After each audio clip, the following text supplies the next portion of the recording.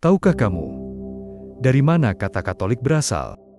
Kata Katolik berasal dari bahasa Yunani, yaitu Katholikos, yang berarti universal, menyeluruh, atau umum. Istilah ini kemudian diserap ke dalam bahasa Latin menjadi Catholicus, dan akhirnya masuk ke berbagai bahasa, termasuk bahasa Indonesia. Kata Katolik dalam bahasa Aramaik, khususnya dalam konteks gereja Kristen awal.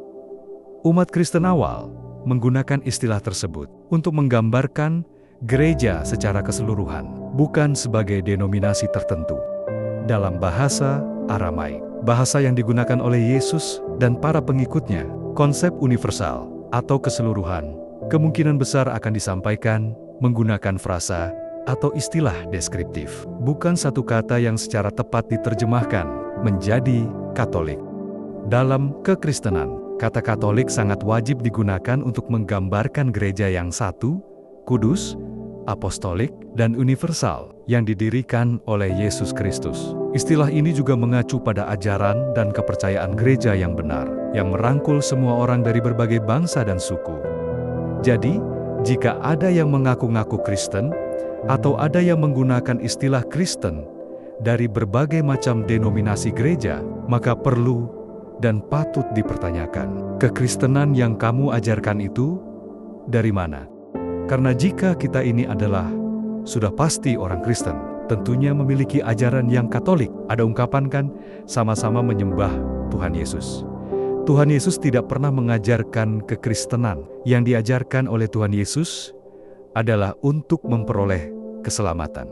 Ajaran Tuhan Yesus diwariskan ke para rasul, lalu diturunkan sampai ke bapak-bapak gereja. Makanya, jika ada yang mengaku Kristen tapi bukan ajaran yang Katolik, maka itu bukanlah Kristen, karena Katolik itu adalah sifat gereja. Beberapa poin penting terkait asal-usul kata Katolik.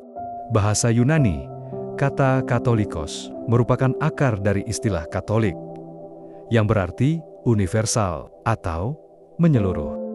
Santo Ignatius dari Antioquia, ia adalah salah satu tokoh yang pertama kali menggunakan istilah Katolik untuk menggambarkan gereja secara umum. Dalam suratnya kepada jemaat di Smyrna sekitar tahun 107 Masehi, Kaisar Theodosius I pada tahun 380 Masehi, Kaisar Theodosius I menetapkan kekristenan yang Katolik sebagai agama resmi Kekaisaran Romawi, menunjukkan pentingnya istilah ini. Pada masa itu, umat Kristen awal di daerah yang berbahasa Aramaik kemungkinan besar menggunakan frasa untuk menggambarkan universalitas gereja, seperti seluruh gereja atau gereja untuk semua orang. Makna istilah Katolik dalam konteks gereja memiliki dua makna utama.